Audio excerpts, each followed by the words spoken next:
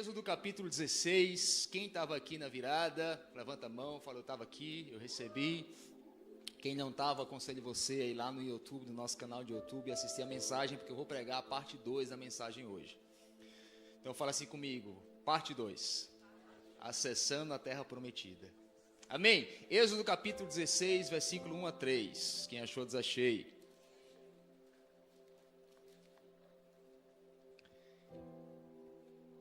Fala assim, e partidos de Elim, toda a congregação dos filhos de Israel veio ao deserto de Sim, que está entre Elim e Sinai, aos 15 dias do mês segundo, depois que saíram da terra do Egito.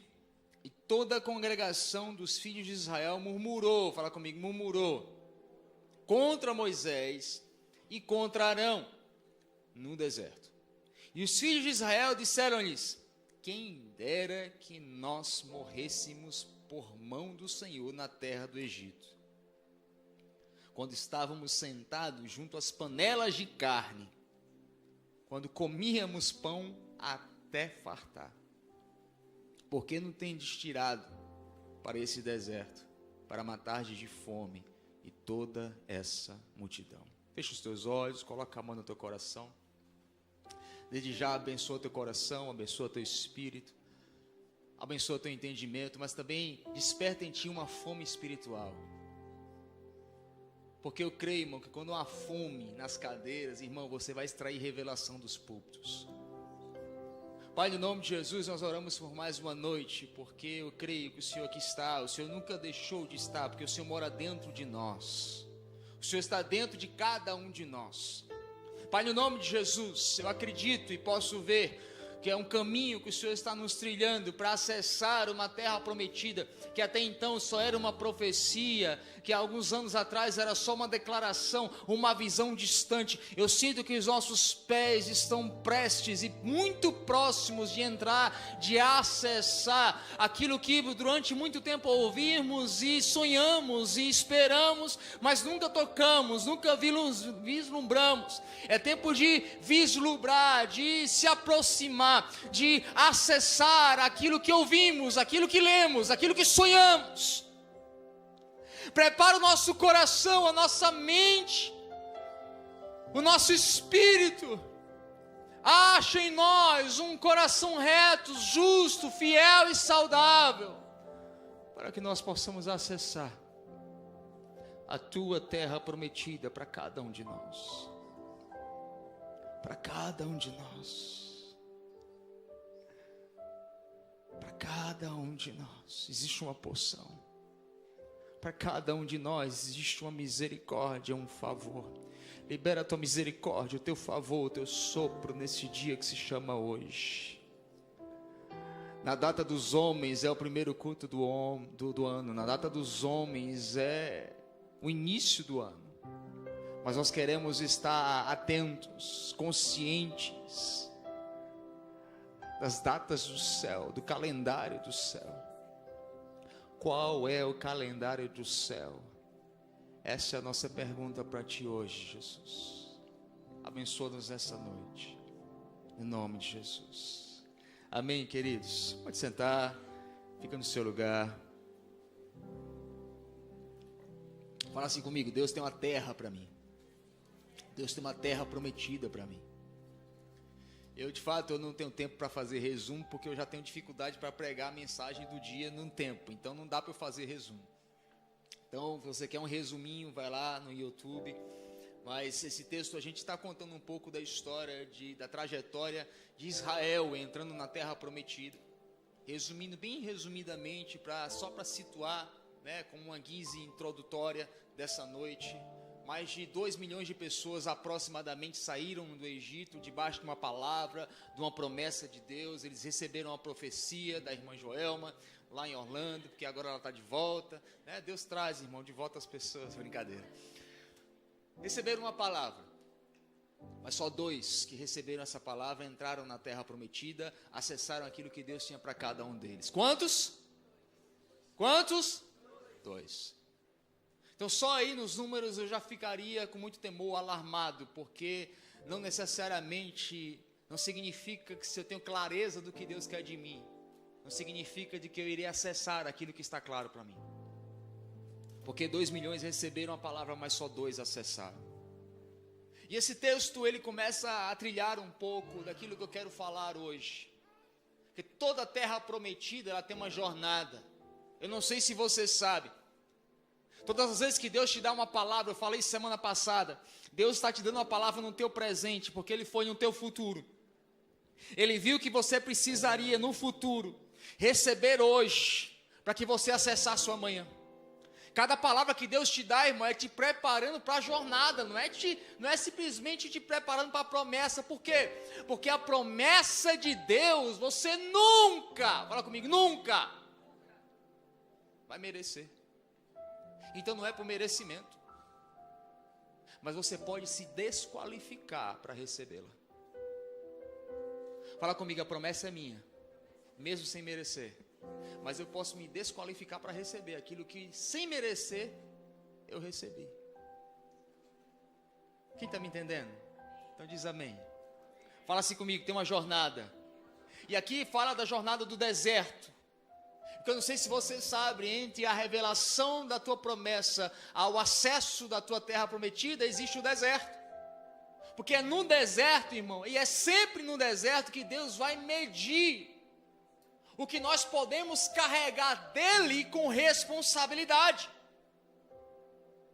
Porque Deus não vai te dar nada, a medida que Deus te dá é totalmente relacionado com aquilo que você está revelando para você mesmo, que você pode carregar com responsabilidade.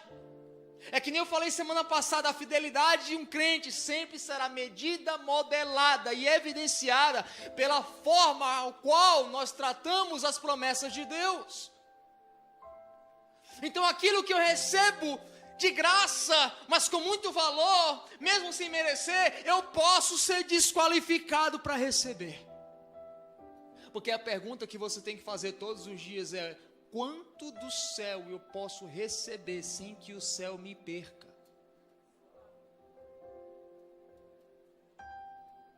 Nessa resposta está a tua medida.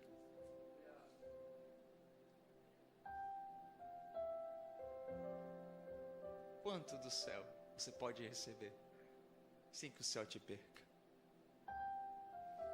Porque a nossa luta não é para ter tudo de Deus, irmão. Deus já te deu tudo. A luta nunca foi tirar Israel do Egito. Tirar Israel do Egito foi fácil. Deus usou um senhor de quase 80 anos, com um pauzinho na mão. A luta foi tirar o Egito de Israel. A luta nunca foi Deus te dar muito. A luta foi sempre você devolver muito para Ele. Porque você já tem tudo dele. Como assim, pastor? Deus já se deu por inteiro. A grande luta é para que você se dê para Ele por inteiro.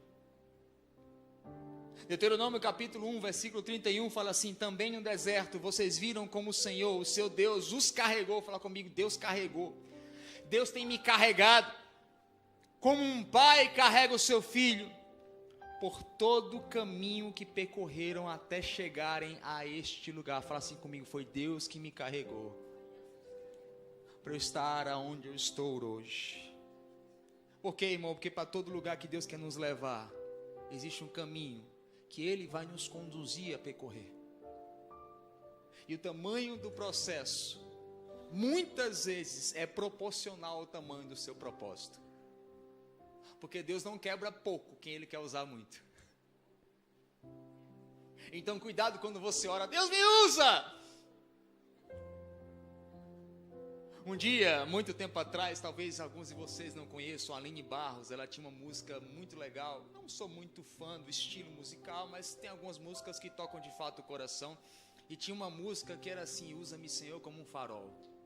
Irmão, quando eu escutei aquela música pela primeira vez, eu chorava, irmão. Usa-me, Senhor. Não dá para fazer não. E me conhece. Aí um dia eu senti o Espírito Santo falando assim: você tem certeza?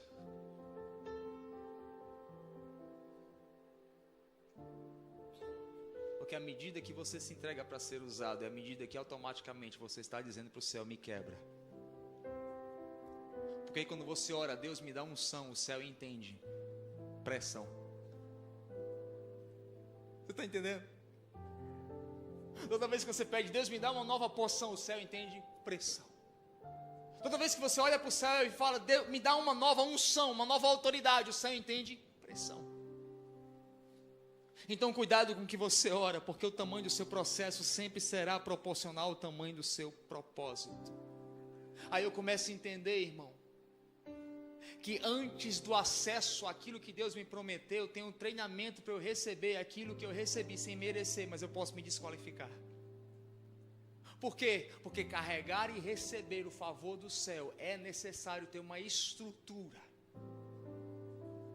para que o céu não me perca. Porque muitas vezes Deus te escondendo, não é que Deus está simplesmente te abandonando, é porque Ele fala assim, eu quero te usar, mas eu não quero te perder. Eu quero te abençoar, mas eu não quero te perder.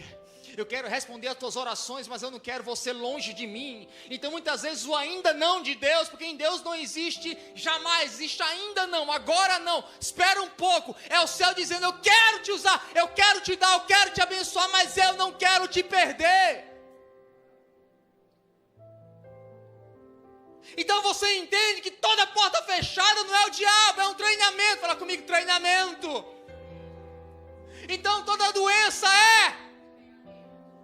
então toda notícia ruim repete, o treinamento. Não é o inferno, é o próprio Deus te preparando para carregar o céu, para que você não perca o céu. Você está me entendendo? Deus quer te preparar, irmão. E uma das coisas que dominou Israel nessa jornada de preparação no deserto foi a presença de Deus. Fala comigo, a presença de Deus. O tabernáculo de Moisés. Eu não sei se você gosta de historinha bíblica, de estudar contexto do Antigo Testamento, literatura, né, do Antigo Testamento, e você vai ver a forma como a economia de Deus naquela época, as casas, irmão, tudo era feito em volta do tabernáculo. Tudo era feito em volta da presença de Deus. E a Bíblia diz que havia uma nuvem de manhã e uma coluna de fogo à noite. Você precisa entender que na jornada, irmão, se o tabernáculo não for o centro, o pilar da tua vida, irmão, a chance de você se perder é maior ainda. Porque o tabernáculo era o centro daquele povo que se perdeu. Você consegue entender que dos 2 milhões que só 2 acessaram, eles viviam baseados na presença de Deus e mesmo assim só 2 se perderam? Agora imagina se eu nem sequer tenho o tabernáculo como ponto de vista. Eu trabalho com construção, irmão, e a parte mais difícil, a que mais exige de mim lá na obra, que depois que a obra começa, raramente eu vou lá. Vou para resolver problema. Eu falo para o pessoal que trabalha para mim, se tu vê meu rosto é problema. Porque eu estou ali para resolver problema. Porque se eu te der instrução, se eu apareço, irmão, é porque eu estou precisando resolver um problema. Mas a parte mais difícil, sabe qual é? É o ponto inicial. Quando a gente vai fazer uma fundação, a gente tem que ter o ponto de partida. Fala comigo, ponto de partida. O ponto inicial. Irmão, demora horas para a gente botar um pino no lugar. Para a gente a partir dali medir toda encanação, toda estrutura, são horas. E eles mesmos falam para mim, chefe, a gente não tem coragem de fazer sem ti. Por quê? Porque eu vou lá, irmão, releio, para botar um pino, a gente mede de novo. Eu falo sempre para eles, mede 10 vezes, porque é melhor para não medir a 11ª quando estiver errado.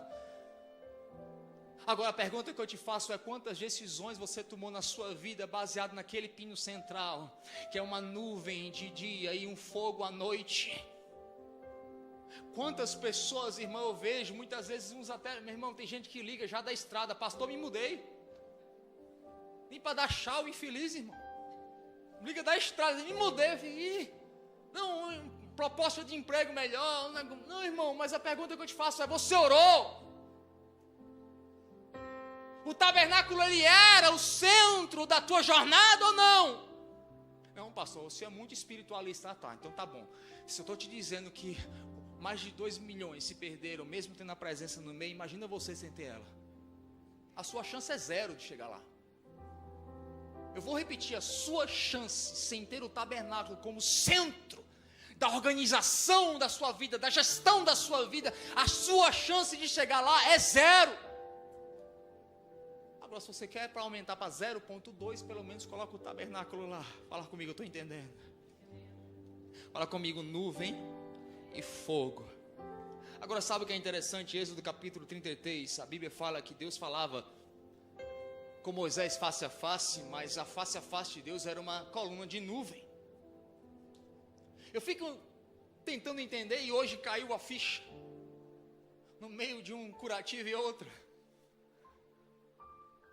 Como que Deus fala face a face? No original fala a face da face, ou seja, o detalhe da face. Mas na verdade não havia uma face, havia uma coluna de nuvem. É a mesma coisa que eu chegar e falar, eu vou estar lá, vou te encontrar face a face. Quando você chega lá, mandei uma fumaça. Você chega lá no Starbucks para ter os nossos aconselhamentos, é sempre Starbucks. Aí chega Miqueias lá, está uma cortina de fumaça, com papelzinho escrito Urias. Que encontro face a face é esse, irmão? Esse foi o encontro que Deus estava dando para o líder deles no deserto. E aqui eu aprendo o ponto inicial para que eu possa ser treinado e passar por esse treinamento e chegar lá. É entender que muitas vezes eu não vou ter todas as coisas explicadas, eu não vou ter um mapa detalhado, porque até quando Deus fala, vai ser face a face o meu encontro, quando tu chega lá é uma nuvem. E a nuvem é ou não é subjetiva? Se você pede para 10 pessoas olharem para uma nuvem, a gente vai ter 11 opiniões de que aquela nuvem parece. É um cordeiro, é um jacaré, é uma águia. Não, na verdade eu vi ali, na verdade é o Túlio. Por quê? É uma nuvem. E quantas vezes no meio de uma situação difícil, tudo que a gente quer é um detalhe, é um passo a passo, é uma explicação clara, Deus, por quê, como, para quê, aonde eu chegarei. Mas aí no meio do deserto, numa situação caótica, o que Deus fala, eu vou te encontrar face a face, e vai ser no meio de uma nuvem.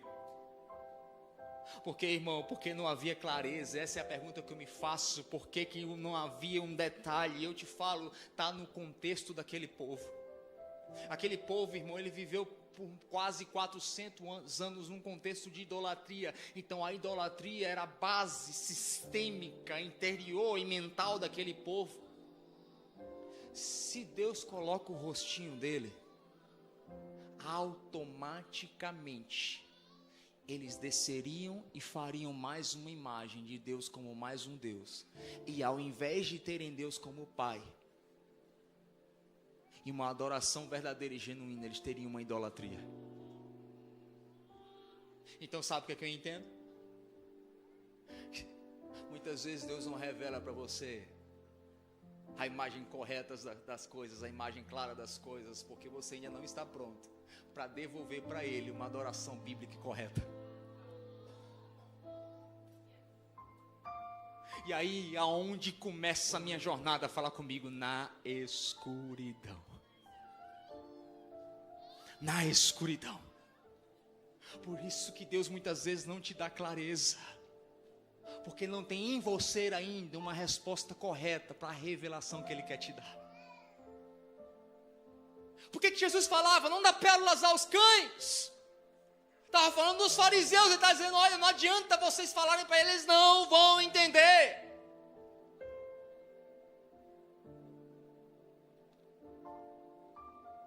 Interessante, no domingo a gente estava lá, naquele hospital, e era mais ou menos meia-noite, e a Zoe passou pela primeira cirurgia, 2h30, eu te confesso que nessa primeira cirurgia eu não estava tão tenso, porque para mim o pior já havia passado. O pior para mim foi a ambulância. Quando ele tirou e eu vi aquilo lá, a cena que eu não desejo para nenhum pai. Então para mim o pior já tinha passado, uma cirurgia ortopédica, meu pai é médico, meu avô é médico, vários tios médicos, então você já imaginou, festa de família, o assunto qual era? Não era futebol, não era política, era osso, anestesia, cirurgia, doença. Então não sou médico, mas eu entendo um pouquinho dessas coisas. Então eu sabia que uma cirurgia ortopédica não tinha o seu risco, até porque ela está anestesiada, não ia sentir nada.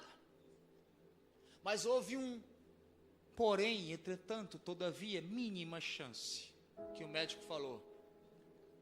Entretanto, se quando a gente mexer os ossos, alguma veia, algum vaso romper, a gente vai precisar chamar uma outra equipe para intervir. A chance é mínima. Deu 2 horas, o médico vem, aquela chance mínima, sabe? O milagre não foi para a luz, o milagre foi para as trevas.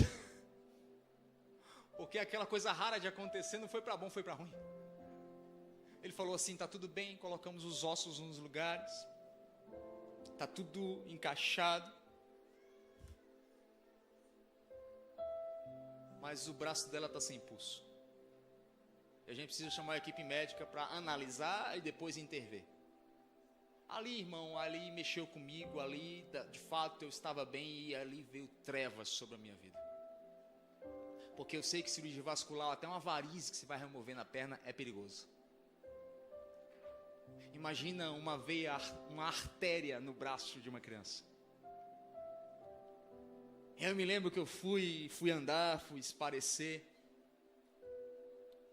Geralmente eu recebo bem pancada, eu demoro para assimilar, é um sistema meu, eu demoro, eu estou ali resolver, é guerra, é selva, depois eu vou me preocupar, de me estressar. E de fato, graças a Deus, Deus me capacitou para controlar bem isso. E aí eu estava andando aqui no hospital vazio, irmão, e não tinha luz, só tinha trevas. A Zoe volta, sai do quarto, e ela estava com a cicatriz que vai daqui de cima da cintura até o joelho. Sem que estava coberto. O braço dela está coberto. Mas ontem a gente removeu aquela cicatriz. Até ontem ela estava bem. Mas quando ela viu o tamanho do corte, ela não reagiu legal. Então muitas vezes, irmão, aquilo que você está julgando que é como que é o diabo lançando sobre ti trevas, é o amor do pai tentando esconder do filho uma visão que você ainda não tem estrutura para enxergar. Você está me entendendo? Porque se você entender quem Deus é amor. Então tudo que Ele faz é baseado em amor, não é em necessidade, não é em caos, não é em meta, não. Tudo que Deus faz é necessidade, é no amor. Então se não está havendo clareza, é amor. Se não está havendo detalhe, é amor. Se você não está vendo luz, é amor. Se tudo que parece piorar, eu vou te dizer, eu sei que é difícil, mas ainda é amor. Porque sempre será amor. Sempre. Por mais que sangra, é amor. Por mais que corta, é amor. Por mais que dói, é amor. Por mais que fere, ainda é amor.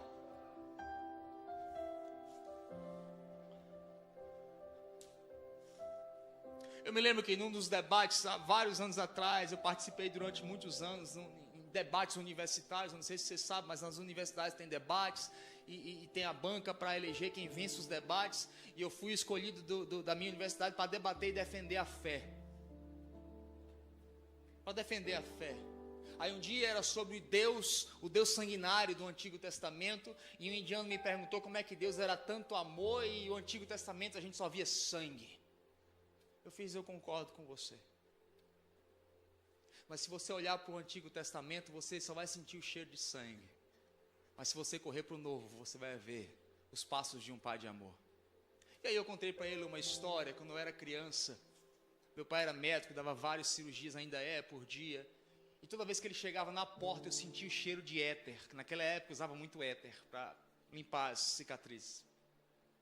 E um dia, irmão, eu curioso, fui pegar um livro de medicina e eu abri. Porque uma criança não entende muito, eu só ouvia, meu pai é médico, então ele cura as pessoas, não é? A gente entende isso. E aí eu vi o livro e eu só vi, meu irmão, eu só vi gente cortada, ferida aberta, osso exposto. E eu comecei a olhar aquilo, eu comecei a entrar em choque. Automaticamente, o que é que eu imaginei?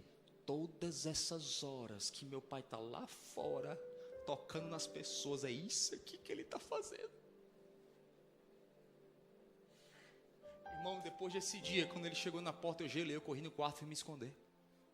Eu senti o cheiro de éter, automaticamente me vinham as imagens na cabeça. Até o dia que eu conheci o caráter do médico por trás das cortes. Porque o Antigo Testamento é como um livro de medicina. Há muito corte, há muito sangue, há muita ferida. Mas na verdade não é um assassino em série querendo destruir você. mas é um médico que te abre para curar, que te fere para te reconstruir, que te quebra para te fortalecer. Esse é o meu Deus. Não temas, na escuridão Ele está. Ele ainda é Deus, Ele é Pai. Quando Ele corta é para te curar, quando Ele te derruba é para te levantar.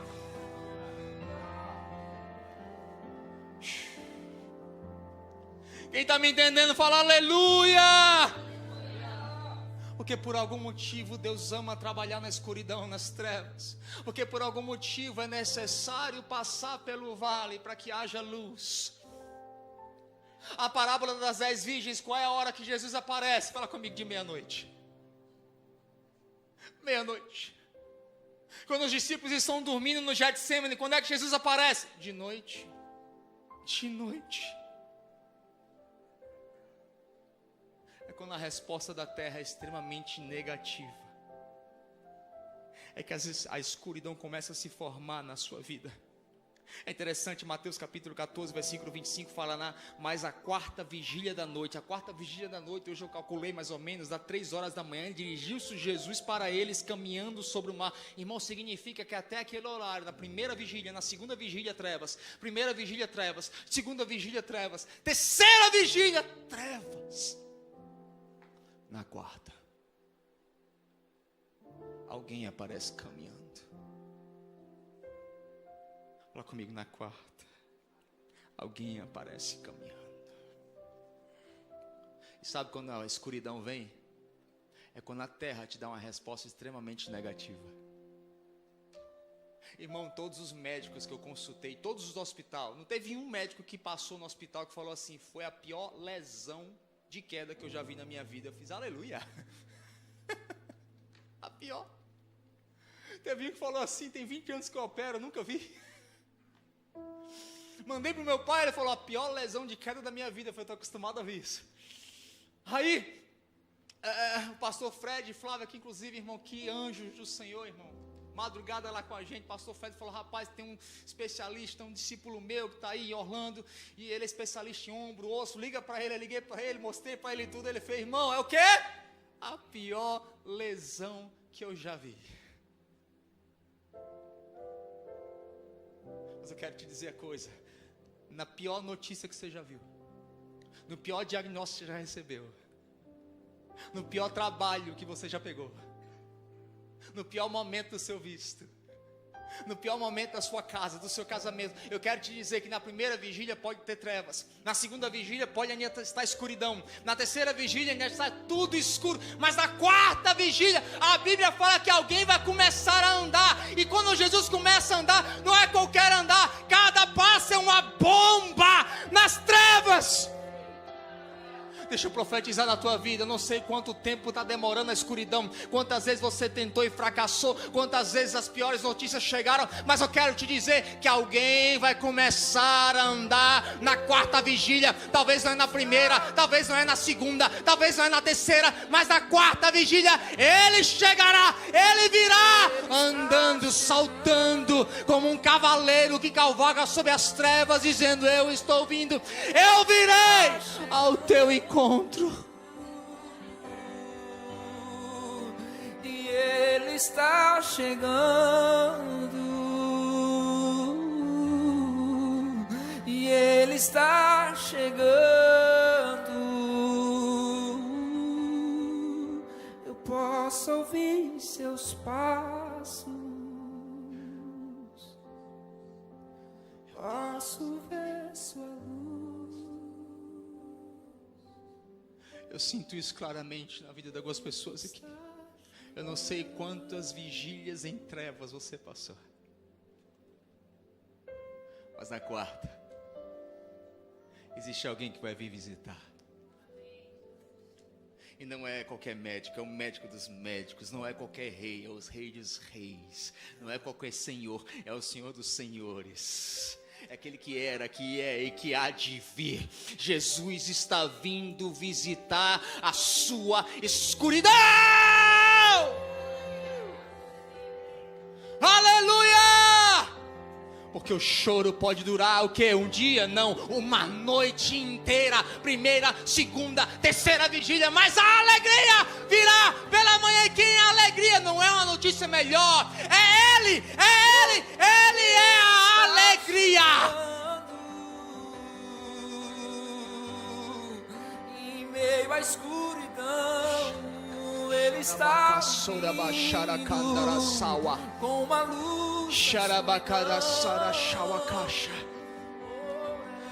Alguém ajuda aqui na batera. Xarabá, continua. Eu sinto que Deus está trazendo clareza aqui. Xarabá cansoia. Deixa a luz invadir a sua escuridão. Fala assim comigo. Primeiro Ele aguarda a escuridão vir. Para o quê? Para depois te acordar. A Bíblia fala que os discípulos dormiram no Getsemane na pior noite, talvez, do planeta Terra. Mas Ele aguarda a escuridão vir para depois te acordar. Porque Ele usa a escuridão para acordar áreas na tua vida que ainda estavam adormecidas. Eu me lembro na penúltima noite que a Zoe estava no hospital. Ela não estava conseguindo mexer e o médico falou: se ela não movimentar, não vai para casa. E uma médica foi lá e falou assim: vai dormir? Quando você acordar e andar, você vai para casa. Sabe por que muitas vezes vem a escuridão na tua vida?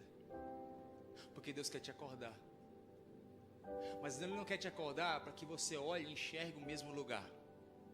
Deus não quer te acordar para te manter na mesma geografia, no mesmo lugar, na mesma situação, no mesmo problema. Porque toda escuridão que precede um despertamento é Deus querendo te tirar de um lugar para o outro. Eu não sei se você está entendendo. Quando Deus quer te acordar no meio da escuridão, é porque Ele está dizendo: eu quero te levar para um novo tempo, uma nova estação em mim, um novo lugar em mim, uma nova autoridade, uma nova unção, um novo favor. Vai dormir, porque quando eu te acordar e as trevas passarem, não vai ter o quarto do hospital, vai para casa. Ele quer te mudar de lugar. Aleluia. Meu Deus, eu sinto que Deus está fazendo isso com algumas pessoas aqui. Ele quer te acordar para um novo tempo. Fala comigo, um novo tempo. Porque novamente, irmão, difícil não é tirar Israel do Egito, é tirar o Egito de Israel. Agora, quando é que a gente começa a perder de vista? Fala comigo, quando é que eu começo a perder de vista? Quando a gente começa a reclamar do pão do céu. Pão do céu, fala comigo, pão do céu. O pão do céu foi um dos milagres mais criativos da história da Bíblia. Não era qualquer milagre, era Deus mandando pãozinho havaiano lá do céu. Era melhor do que aquele pão do Cheddar's. Quem já foi no Cheddar's sabe. Era melhor do que o pão do Texas Roadhouse. Era o maná celeste do céu. Quando que eu começo a perder a vista do que Deus está fazendo? Quando eu começo a achar que todo milagre criativo de Deus é normal. Quando eu começo a transformar o sobrenatural no ordinário. Fala comigo, é sobrenatural. É milagre. Êxodo capítulo 16, versículo 2 a 3. Fala assim: toda a congregação dos filhos de Israel murmurou. Fala comigo, murmurou contra Moisés e contra Arão no deserto. E os filhos de Israel disseram-lhes: quem dera que nos morrêssemos por mão do Senhor na terra do Egito, quando estávamos sentados junto às panelas de carne, quando comíamos pão até, em outras palavras, vomitar. Porque nos tendes tirado para este deserto, para matar a todos nós de fome? Irmão, pergunta que eu te faço, bem básica e rápida, qualquer pessoa com conhecimento básico da Bíblia sabe. Eles tinham essa vida no Egito que eles estão falando? Carne em panelas e pão até fartar? Ou eram cebolas? Escravidão, opressão, trabalho escravo, algemas, roubo e furto de identidade. Como que eles estão sendo alimentados por um maná do céu, um milagre criativo de Deus, estão olhando para trás e dizendo: era melhor que a gente tivesse morrido, porque lá atrás era melhor do que hoje. Por quê, irmão? Porque a murmuração te rouba as memórias do milagre. Toda murmuração, ela rouba as memórias dos milagres que Deus fez na tua vida.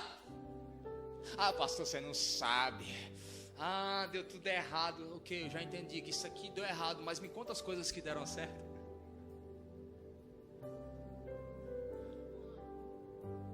Ah, pastor, meu carro só quebra. Mas e quando você não tinha carro? Ah, pastor, ora por mim, eu queria mudar, sabe? Eu queria morar assim numa casa, mas tu mora num apartamento com ar-condicionado central, com televisor a cabo e com internet. Cuidado, porque muitas vezes aquilo que você está murmurando é o sonho de alguém. Me entenda o contexto. O melhor lugar do mundo para você estar é no centro da vontade de Deus. Mas existem milhares e milhares e milhares de pessoas que sonhariam estar aqui, nos Estados Unidos, na terra da oportunidade, trabalhando aquele trabalho que tu reclama e murmura todo dia, porque tu tem que acordar de 8 da manhã, trabalhar até 5 da tarde, para pegar tinta, para carregar lixo, para fazer faxina em casa. Mas fazendo faxina em casa, tu ganha igual um médico que estudou 8 anos no Brasil e tu ainda está reclamando. Mas foi o próprio Deus que te tirou de lá e te trouxe até aqui. Aí tu continua murmurando, por quê? Porque tu não lembra dos milagres que te trouxeram até aqui. Porque a murmuração, fala comigo, rouba e distorce a memória. Agora olha o interessante, olha o que Deus responde, irmão. Deus é muito criativo. Versículo 4, Êxodo capítulo 16. Então disse o Senhor a Moisés, depois dessa blasfêmia: Moisés, eis que eu vou fazer chover pão do céu. Não, pera aí, Deus. O miserável está só reclamando.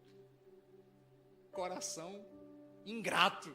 Aí Deus fala: eu vou fazer chover pão do céu, e o povo sairá e colherá cada dia a porção para cada dia, para que eu veja se andam em minha lei ou não.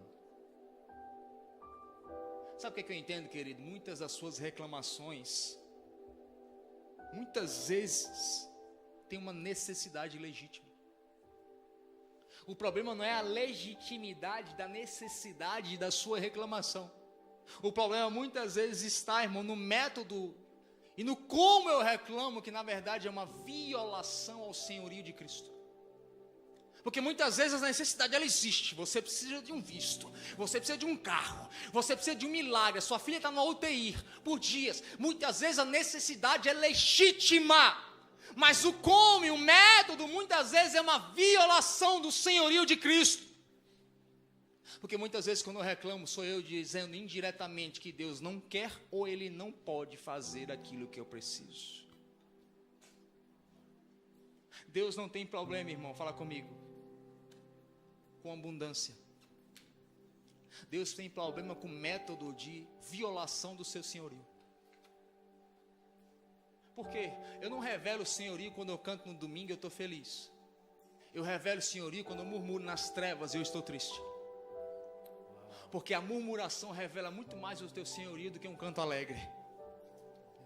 E muitas vezes Deus te leva, irmão, na escuridão para quê? Quem já pegou uma esponja que está lá cheia, o que é que você faz com a esponja? Você aperta, sai o que dela? Vai sair o que está dentro. Mas a esponja só revela o que está dentro depois que ela é pressionada, depois que ela é apertada. E a pergunta que eu te faço é: quando a escuridão te aperta, sai o quê? Murmuração ou adoração? Porque a necessidade muitas vezes é legítima. Deus estava provando aquele povo agora na fartura. Aí tem gente que deve estar olhando aí por dentro dizendo: prova eu, Deus. Prova eu, Deus. Prova eu então, manda chuva do céu, aleluia. Glória, aí já dá um, né? Prova eu, Deus. Quem não quer esse teste? Deus vai te testar, irmão. Chegar uma palavra aqui, irmã Michele, Deus vai te testar. Vai mandar chuva de bênção, de glória. Aquilo que tu tinha pouco vai ter muito. Vai ter que carregar em cesto assim. Quem não recebe essa profecia, irmão?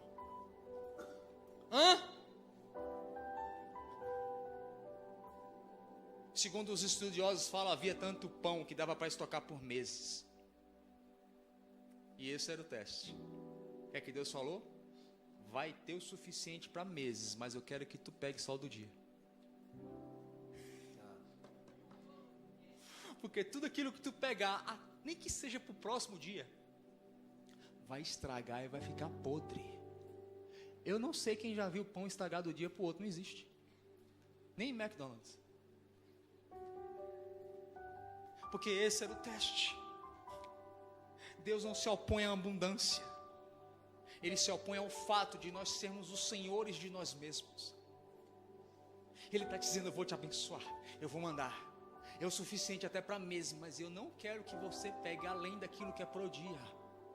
Porque você precisa entender que quem faz a minha vontade, qual foi a oração que Jesus ensinou? Eu vou te ensinar uma forma de orar. Jesus disse para os discípulos: orar assim: Pai nosso que estás no céu, santificado seja o vosso nome, venha a nós o teu reino, assim na terra como é no céu. Perdoai os nossos pecados, assim como nós temos perdoados aquele que nos tem ofendidos. Mas o pão nosso, fala comigo, pão nosso de cada dia, não é de cada semana, não é de cada mês, não é de cada ano, nos dá hoje.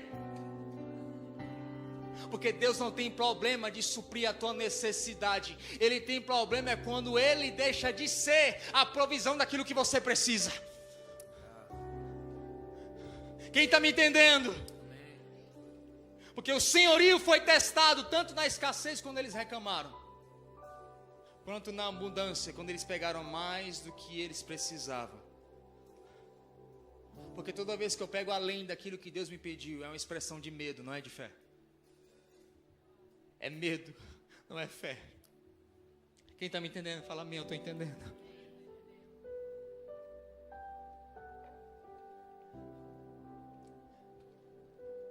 Não é fácil sacrificar quando você não tem. Adoração é quando você fala assim: eu tenho do ano inteiro, mas eu escolhi pegar o do dia.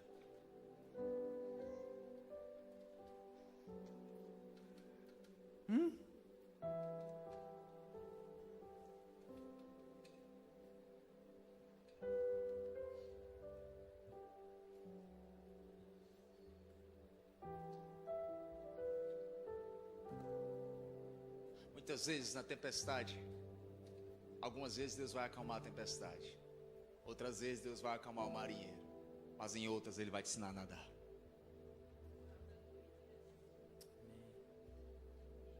Deus poderia ter feito chover naquele deserto, amém? Mas Ele não fez chover no deserto. Ele fez brotar água da rocha. Por quê? Porque quando Deus é o teu provedor, qualquer coisa, em qualquer lugar, se torna uma fonte. Eu vou repetir. Deus poderia fazer chuvas e chuvas abundantes na tua vida, fazer num estralo de dedos acontecer coisas que você nem imaginava, ou até que você tenha orado, mas muitas vezes Ele não vai fazer, Ele vai fazer brotar de lugares inesperados, de coisas inesperadas, porque Ele está dizendo: ei, quando eu sou o teu provedor, qualquer circunstância, qualquer coisa pode se tornar em uma fonte. Quem está me entendendo, fala: eu entendi, eu recebo. Porque toda escuridão, fala comigo, toda escuridão traz consigo uma nova revelação. Porque você está sendo treinado hoje para a sua vitória de amanhã. As trevas de hoje é um treinamento para a sua luz de amanhã. Eu vou encerrar com a aplicação de um texto, irmão, Mateus capítulo 17, versículo 14. Fala assim: quando chegaram à multidão, aproximou-se-lhe um homem, pondo-se de joelhos diante dele, dizendo... Ali aquela história de Mateus fala de um homem que chega com um menino que estava endemoniado, e a Bíblia diz que ele leva para os discípulos, e os discípulos não conseguem curar. Fala comigo, não conseguiram curar. E a reclamação desse homem para Jesus é: eu trouxe aqui, ó, o meu filho endemoniado, os teus discípulos não conseguiram resolver o problema. Quando você vai para o contexto de Mateus capítulo 17, é a famosa história da transfiguração de Cristo. Jesus está ali, e Ele pede para os discípulos vigiarem mais uma vez, e era noite, fala comigo, era noite, e mais uma vez eles dormem. Mas só estão 3 deles lá em cima. 3 deles. Os mesmos do Getsemane. São os mesmos da transfiguração. Pedro, Tiago e João. Repete comigo: Pedro, Tiago e João. Eles dormem. Fala comigo, escuridão veio. Jesus os acorda. E quando eles acordam, eles vislumbram um achado caótico. Porque a Bíblia diz que até hoje ninguém achou o corpo de duas pessoas. Adivinha quem? Moisés e Elias. Aonde está agora Moisés e Elias? No Monte da Transfiguração. Sabe o que eu entendo? Toda escuridão é um prelúdio de uma nova revelação que Deus está querendo te dar. De coisas que antes estavam perdidas, mas agora através da escuridão, parece loucura, vão ser achadas. Aí eles olham para lá e está quem? Fala comigo, Moisés! Repete comigo, Moisés! Profeta da água. Então fala comigo, Moisés, profeta da água. Quando ele se deparou com o mar, ele foi lá e abriu o quê? As águas. Fala comigo, águas. Nas águas de Meribá, ele foi lá, bateu na rocha e saiu o quê? Água. Fala comigo, água. Quando eu falar Moisés, você fala água. Fala comigo, Moisés. Água. Moisés. Água. Mas quem estava lá também? Elias, o profeta do fogo. Elias orou e a Bíblia diz que desceu fogo do céu e consumiu 450 profetas de Baal. Fala comigo, Elias, fogo. Moisés, Água. Elias, Fogo. Qual foi a visão pós-escuridão de Pedro, Tiago e João? Fala comigo, Elias e Moisés. Água e fogo. Aí Jesus olha para eles e fala assim, o que você viu aqui não conta para ninguém. E eles descem. Quando eles descem, eles se encontram com quem? Com esse pai, com esse menino atribulado. Meu Deus. Aí olha o que a Bíblia fala. Que esse pai fala para Jesus, esse menino, Senhor, tem misericórdia do meu filho. Que ele é lunático e sofre de muitos demônios, por muitas vezes cai no, fala comigo, fogo, e muitas vezes cai na água. Fala comigo, no fogo e na água. E eu trouxe aos teus discípulos que estavam aqui na luz, mas eles não puderam resolver nada. Fala comigo, Moisés, água, Elias, fogo. A escuridão trouxe para eles uma nova revelação, uma nova autoridade, porque todo problema que você tem hoje é uma autoridade que Deus te dá amanhã. A Bíblia diz que aquele homem chega com aquele menino lunático, endemoniado, mas os discípulos que estavam lá embaixo não estavam passando por essa tribulação, estavam acordados, não estavam sofrendo, não estavam nas trevas. A Bíblia diz que eles não conseguem resolver, não é porque não eram melhores, mas é porque eles não tinham essa revelação. Mas eles lá em cima, no meio da escuridão, quando Jesus desperta eles descem lá embaixo e falam, ok, traz para mim, porque eu sei lidar com água e sei lidar com fogo. Você está me entendendo?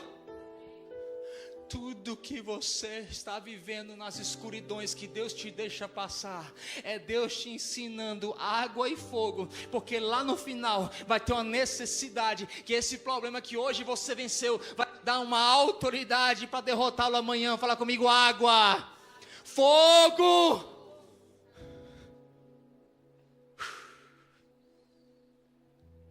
Fala comigo, eu estou entendendo que o problema de hoje é a autoridade de amanhã.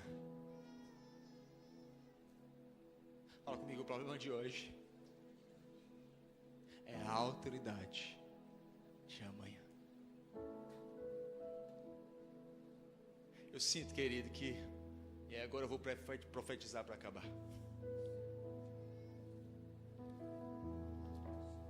Ano passado eu profetizei que ia ter muita gente grávida. Foi minha palavra profética. O negócio aqui desembestou. Ainda bem que o ministério das criancinhas, dos bebezinhos é grande. Mas sabe o que é que eu sinto esse ano? É o ano de Deus crescer e fortalecer aquilo que você está gerando. Sabe aquilo que você sempre tentou gerar, mas nunca ganhou forma, vida e força?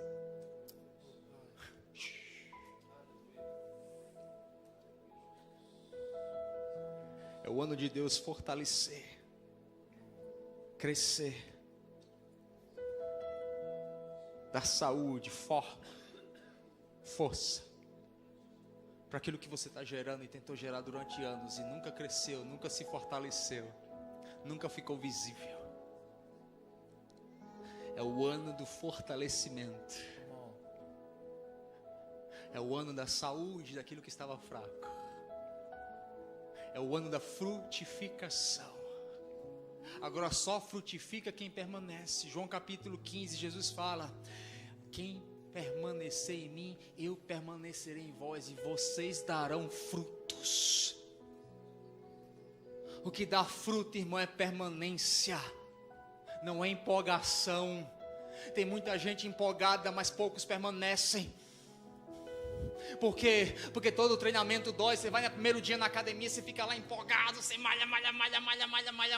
No outro dia você acorda o quê? Todo quebrado. O que é que acontece? Você não quer ir lá porque você está o quê? Todo quebrado, todo doído. E a maioria desiste ali. Mas quem continua se fortar,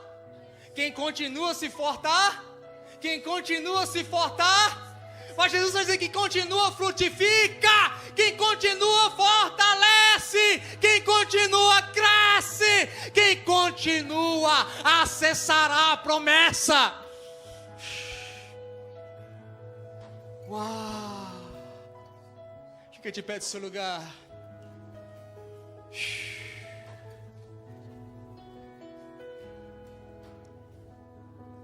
Fala assim comigo: eu recebo.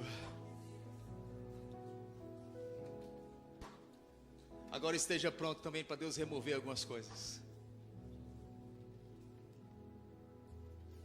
Em Deus, irmão, tem uma frase que mexe muito comigo. Deus termina com as coisas antes de removê-las. A Bíblia diz, Samuel capítulo 15, que Deus mandou Saul exterminar os amalequitas e ele não exterminou. Aí Deus falou assim: Saul, estou terminado com você. Mas depois dali, Saul reinou 39 anos e 6 meses. Como é que Deus fala para uma pessoa, fala assim: estou terminado com você, e você ainda reina 39 anos e 6 meses? Por quê, irmão? Porque primeiro Deus termina para depois remover. Então tem muita coisa que Deus já terminou na tua vida, mas você, por achar que Ele ainda não removeu, você acha que é de Deus. Tem muita coisa que Deus já terminou espiritualmente, mas ainda não removeu visivelmente da sua vida, e você continua achando que aquilo é espiritual, mas não é. Porque Deus falou: já terminei, eu só ainda não removi. Por que Deus não removeu ainda visivelmente aquilo que Ele já terminou espiritualmente? Porque Ele está esperando Davi se fortalecer. Ele jamais vai remover algo sem já ter pronto aquilo que Ele vai substituir. Você está me entendendo? A Bíblia diz, irmão, que Samuel estava com medo de Saul matar ele. Mas quando Deus falou para Samuel, Miqueias, que ia remover Saul, Samuel chorou. Como é que alguém chora quando Deus fala: vou remover ele, mas estava com medo dele matar ele? Sabe por que Samuel chorou quando Deus falou para que ia remover Saul? Porque Samuel profetizou, fala comigo, profetizou, discipulou e construiu. Davi, Samuel só ungiu. Samuel profetizou, discipulou e ungiu. Sabe por que ele chorou? Mesmo sabendo que Deus já havia terminado, doeu quando Deus removeu, porque ele falou assim: eu entendi, Deus, eu profetizei, eu ungi e discipulei, e por isso cresceu, teve forma, ganhou altura e vida, mas o Senhor já terminou com isso faz tempo. Então eu preciso entender que Deus vai remover, mesmo que seja aquilo que você profetizou, discipulou e ungiu, mas não foi debaixo do sopro de Deus, foi debaixo da sua necessidade, do seu orgulho, e Deus está dizendo: eu estou prestes a remover aquilo que eu já terminei. Sabe por quê, irmão? Porque você não gera para Deus quando você está alegre, não, e nem quando você está triste. Porque você alegre, você duvida como Sara e gera Ismael, e você triste, você murmura como Ana e quer gerar para competir. Mas sabe o significado do nome Isaac? Fala comigo: sorriso de Deus. Você gera Quando Deus sorri, não é quando você chora. E quando no meio da escuridão, você tinha tudo para parar. Você tinha tudo para duvidar. As piores notícias. Em vez de murmurar, você agradeceu. Em vez de juntar, você pegou do seu dia. E numa nova revelação você deu a resposta correta. Aí Deus olha lá de cima e fala: viste meu servo Jó? Aí o céu sorri e você gera. Coloca a mão no teu coração e repete assim comigo: Deus, pode remover o que você já terminou.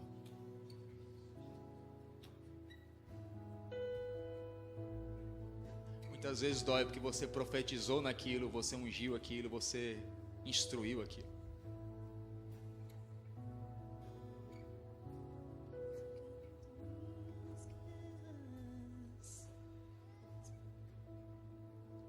Assim que eu luto minhas guerras, Assim que eu luto minhas guerras, assim que eu luto minhas guerras, assim que eu luto as minhas guerras, assim que eu luto minhas guerras, assim que eu luto minhas guerras, assim que eu luto minhas guerras,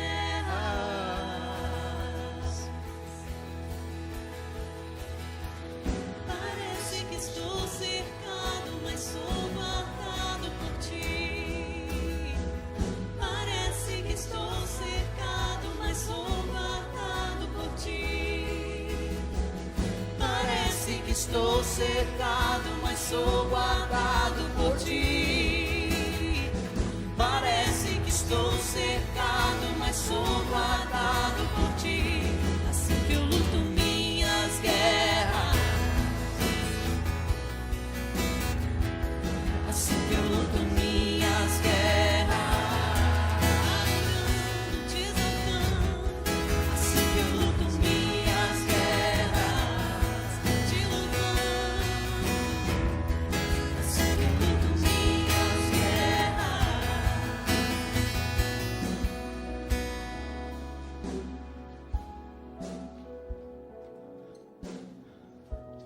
O anjo disse para Sara em Gênesis 18, 22: me espera daqui a um ano. Daqui a um ano eu volto para conferir aquilo que eu falei. Eu sinto Deus dizendo isso para algumas pessoas hoje aqui. Me espera daqui a um ano. E daqui a um ano eu volto para conferir com você se não cumpriu aquilo que eu te falei hoje. Se prepare, irmão, que eu creio que esse ano talvez Deus vai te provar na fartura. Mas é ali que muitos caem. É ali que o céu perde a quem o céu depositou demais. Cuidado. No deserto todo mundo busca Deus, mas é no paraíso que o homem caiu. Obedeça na fartura, com clareza. E a resposta correta para a nova revelação que Deus tem na tua vida. Esteja pronto para Deus remover o que Ele já terminou. E para alguns outros eu tenho outra palavra para te dizer, muito forte no meu coração. Não chora, luta.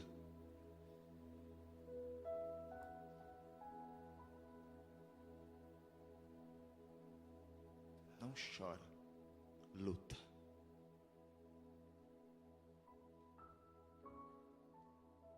Deus te abençoe.